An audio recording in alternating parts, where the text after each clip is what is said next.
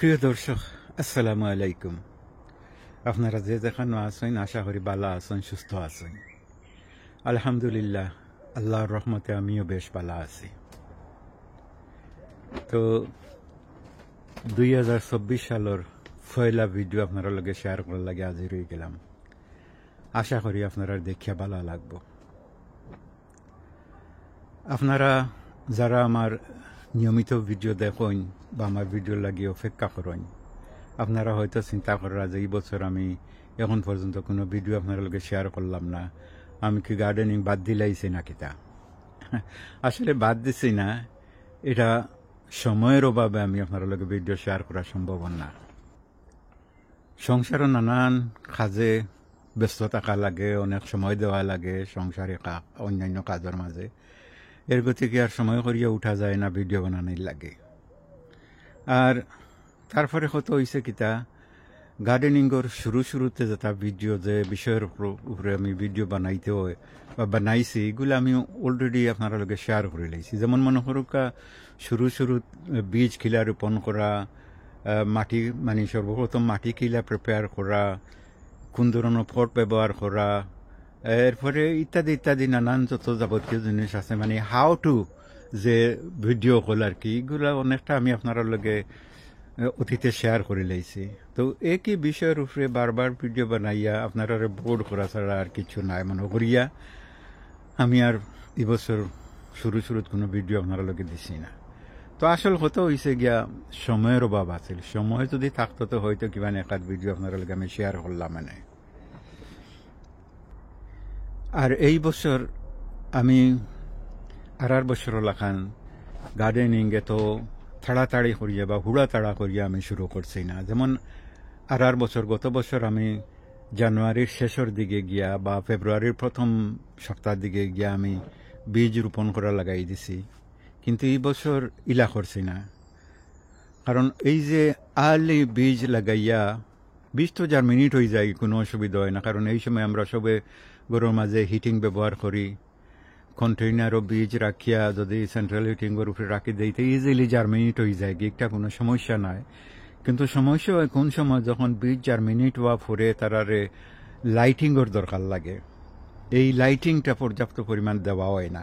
Heating যদিও গরুর মাঝে রাখিয়া হিটিং আমরা তো এমনিও ব্যবহার করি লইলা।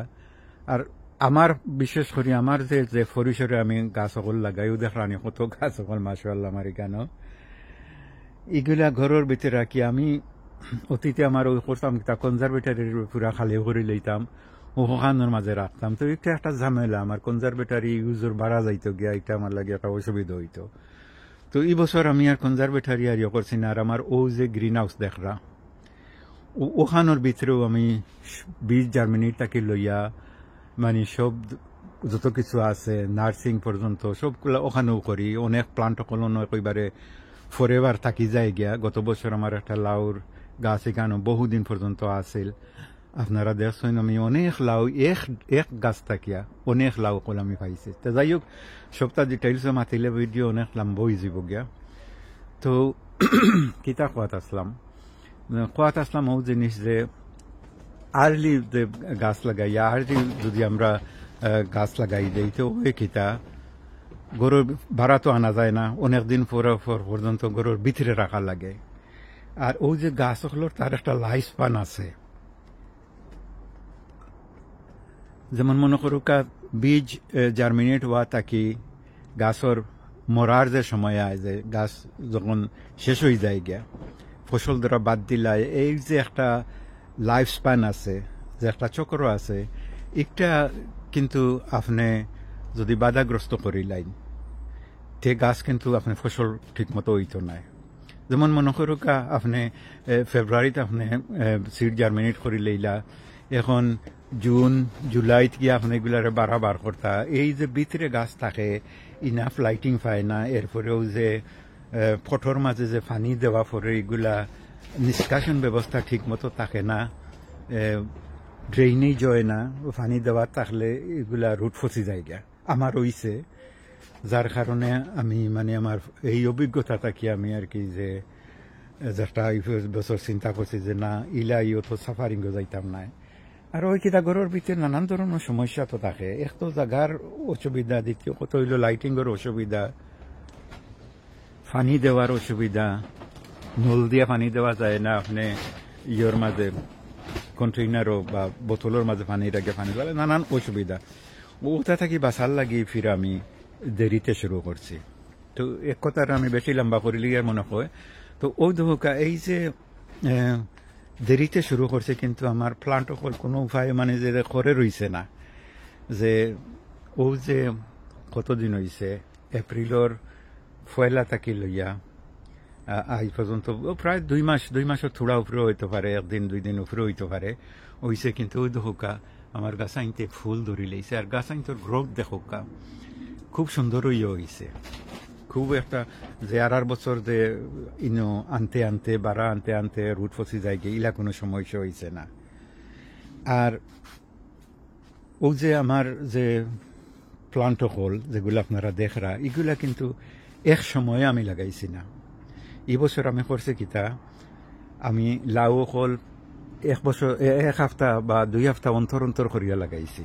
একলগে লাগাইলে হয় কিতা সারা গাছ আইন একলগে বড় হয়ে যায় গিয়ে ফসলও ধরা লাগাই দেয়, আর অত ফসল একলগে তুলাও যায় না, ব্যবহার করা যায় না, তখন আপনার গার্ডেনিংয়ের যে আসল উদ্দেশ্য এটা হাসিল হয় না।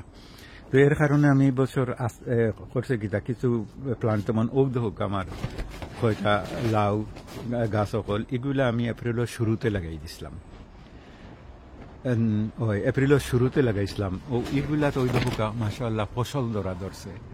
ও দেখানি লাউ এগুলা আমি আদ দি পলিনেট করছি। ও একটা আদ দি পলিনেট করতাম পারছি না, কারণ একটার লাগে আমি মেইল ফ্লাওয়ার পাইছি না, তো এটা বাঁচিত না, আমার কাছে লাগে না বাঁচিব, কিন্তু এগুলা আমি ও আদ দি পলিনেট করছি। এগুলার অবস্থাও লাগে যেগুলা মাশাআল্লাহ বড় হইব বাকি আল্লাহ রাত। আর উদাহরণী আরো আমার এখানের মাঝে খই হল আছে, উদাহরণী আরো 2টা খই এখানের মাঝে,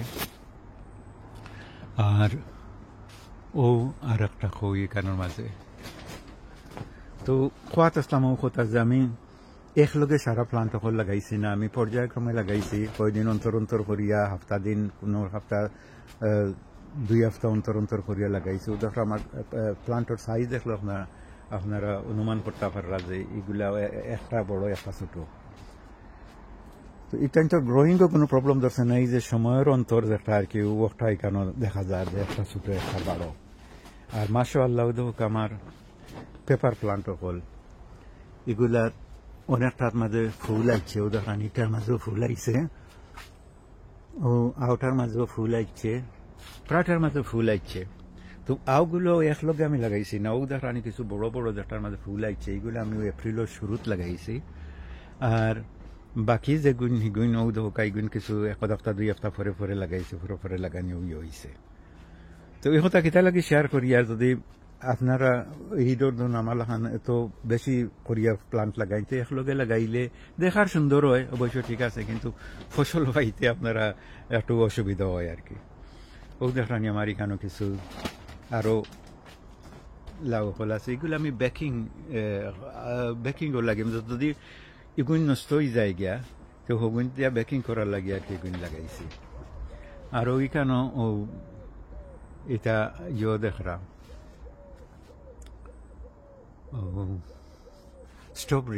স্ট্রবেরি ওকল সব খাওয়া হয়ে গেছে গিয়া, এখন এগুলা মানে শেষ হওয়ার পথে আইছে আর কি। তো যে কইলাম যে প্লান্টর যদি গ্রোথ স্টান্ট না হয়, বাধাগ্রস্ত না হয়, তাহলে একেবারে শেষের দিকে কম সময়ের মাঝে গাছ আইন অনেক বড় হয়ে যায়, অনেক ফসল ধরার উপযোগী হয়ে যায়। ও এখানে এটা আমার ফ্রেঞ্চ বিন, আর বছর ফ্রেঞ্চ বিন লই আমি বড় সাফার করতাম, এগুলারে ঘরও অ্যাকোমোডেট করা যাইত না, আর রুট বাউন্ড হইয়া রুট ফসে যাইত গিয়া। এগুলো মাশাআল্লাহ দৌকা 2 মাসে ওইগুলা বহুত লম্বা হয়ে গেছে, কি বহুত বড় হয়ে গেছে গিয়া। আর ও দিকে আমার ক্ষীরার প্লান্ট হল, গত বছর আমার ক্ষীরায় আমার বড় জবর ঠগিছে, তো এইটা আমি শেষে হইলেই পয়লা আপনার লগে আমি আমার যে বর্তমানে যে অবস্থা আছে আর কি ক্ষীরার প্লান্টর ও দেখানি এগুলা প্রায় প্রত্যেকটা আইকে পাতার সিফায় ফসল ধরছে, জানি না কতটুকু বাঁচিব, কিন্তু আইছে মোটামুটি। খুবই সুন্দর লাগে দেখতে, খুবই ভালো লাগে। বাঁচিব কি না বাঁচিব এটা আল্লাহর হাতে, তবে দেখা যার কিফিরা বাঁচিব। তো গত বছর আমার হয়েছে কিতা, আমার এই ক্ষীরার প্লান্টটি গুণ ও সাইডে দিয়ে আছে। তো আমার এই যেখানে আমার এই গ্রিন হাউস একটা ও যে সাইড যেটা একটা দক্ষিণমুখী।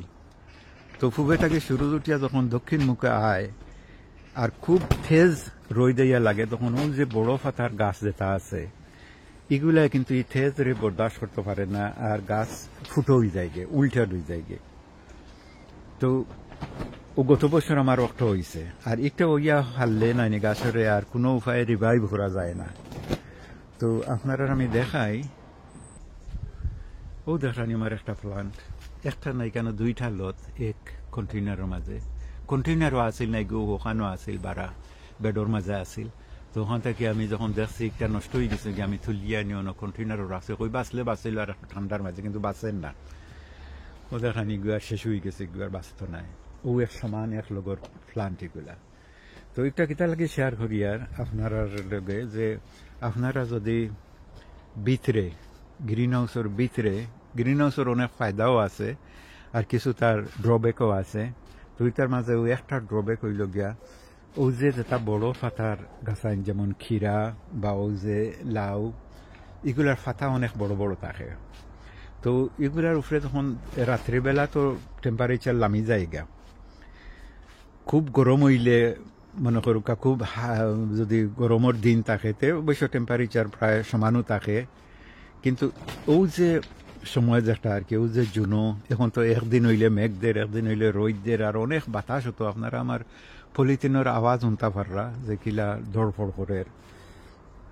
তো ওইসে কিতা আমার ও গাছগো মরা পরে যখন আমি দেখছি মরে গেছে, তো আমি বুঝছি যে কেন কিতা লাগে মরছে। ওই যে ওই কিতা, ও যে রাত্রে ঠান্ডা থাকে আর হঠাৎ করে যখন আইয়া রোদির থেজ গানো লাগে, তখন ও যে বড় ফাতা যেগুলা, এগুলার ই রোদ্রে সহ্য করতে পারে না, ওইগুলো উল্টা রয়ে যায়, মরি যায়। তো এটা থেকে বাঁচার লাগে ও করছে কিতা, আমার কাছে কিছু কাপড় আছে, ওগুলা দিয়া আমি এখানে দেখোকা সারা ফর্দা দিলাইছি। তো ফর্দা দেওয়ার এই যে রইদর যে থেজ যেটা একটা ফিল্টার হয়ে গেছে গিয়া, এখন এখানে ইয়া ডাইরেক্ট আর এত থেজ হইয়া রই দেয়া লাগেন না। তো আমি মনে করি আমার যে সমস্যা আছে একটার আমি সলভ করে লাইছি, বাকি সময় আইলে দেখা যাইব কিতা হয়। তো আমার কাছে লাগে ঠিকও আছে, নাইলে মাঝে মাঝে এখানে এক আধবার আইয়া যখন সূর্য উঠে আর কি, তখন খুবই রোদ থাকে। তো এটা এখন আর ওর না। তো আপনারা যারা গ্রিন হাউসের ভিতরে করেন ফসল আছে, একটু এই ব্যাপারটা একটু সতর্ক হইবা আর কি, যে হঠাৎ করে ইয়া বেশি যাতে রোদ না পায়। আর ও যে গ্রিন হাউসের ভিতরে ফসল ফলানির ও একটা ফায়দা আর কি আমি দেখছি, যে আপনি শুরু থাকিয়াও পয়লা তো সিজন শুরু, আর নর্মাল যে সিজন আছে এই সিজন থাকি এক বছর আগে থাকি আপনি আপনার ফসল লাগাইতে পারবা। আপনার আমার তো সব থেকে বড় সুবিধা হয়েছে কিতা, ওই যে কইলাম আমি যে আমার গ্রিন কিতার ভিতরে কনজারভেটরের ভিতরে রাখি আমি সিড জার্মিনেট করছি, বা অনেক সময় রেডিয়েটারের উপরে রাখি আমি সিড জার্মিনেট করছি। কিন্তু এই বছর ইলে আমি করছি না। এই বছর আমি করছি কিতা, আমার যা সিড অকল আছিল বা যা জার্মিনেট করার কন্টেইনার যেগুলা আছিল আর কি, এগুলার আমি ওখানের ভিতরে রাখিয়া ও যে সূর্যর তাপ যেটা আর কি, প্রাকৃতিক যে হিট যেটা, ও হিটের মাঝে জার্মিনেট হয়েছে। তো জার্মিনেট হয়েছে কিতা, এটা তারা জন্মলগ্ন থাকি আর কি এখন পর্যন্ত সমানভাবে হিট পার। ওই যে হিট যে গরু রাখিয়া যে অনেক সময় সিড জার্মিনেট হয়ে গেল আর গাছ বড় হয়ে গেলে আমরা অন্যান্য রুমও নেওয়া লাগে, যেখানে ইনাফ হিট থাকে না।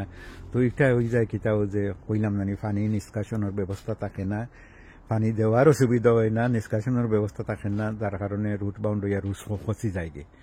তো ওই জিনিসটা কি আর কি বাঁচিবার লাগিয়া যদি আপনারা গরুর ভিতরে সুবিধা না থাকে, তো ছোটো মোটো করিও, বড় করিয়া না করলেও ছোটো মোটো করিয়াও যদি গ্রিন হাউস এটা করেন, তো আপনার যে গ্রোয়িং এর যে সিজন যেটা আর কি এটা অনেক লম্বা হয়ে যায় গা, অন্তত 2 মাস লম্বা হয়ে যায় গা। তো যাই হোক, আজকে আপনারা লোকে কতটুকু শেয়ার করতাম পারলাম বুঝিয়ান না। তো এখন যখন ভিডিও আপনারা লোকে শেয়ার করা লাগাইছে, আশা করি সময় সময় আপনারা লোকে আপডেট দিব, আপনারা দেখবা। আর আজকে ও পর্যন্ত শেষ করিলে আর আপনারা সব ভালো থাকুক, সুস্থ থাকুক, আমার লাগে দোয়া করবা। আমি আপনার লাগে সবসময় দোয়া করি আপনারা ভালো থাকুক, সুন্দর করে গার্ডেনিং করুক। তো আজকে ওখানেও বিদায় নেই। আসসালামু আলাইকুম রহমতুল্লাহি ওয়া বারাকাতুহু।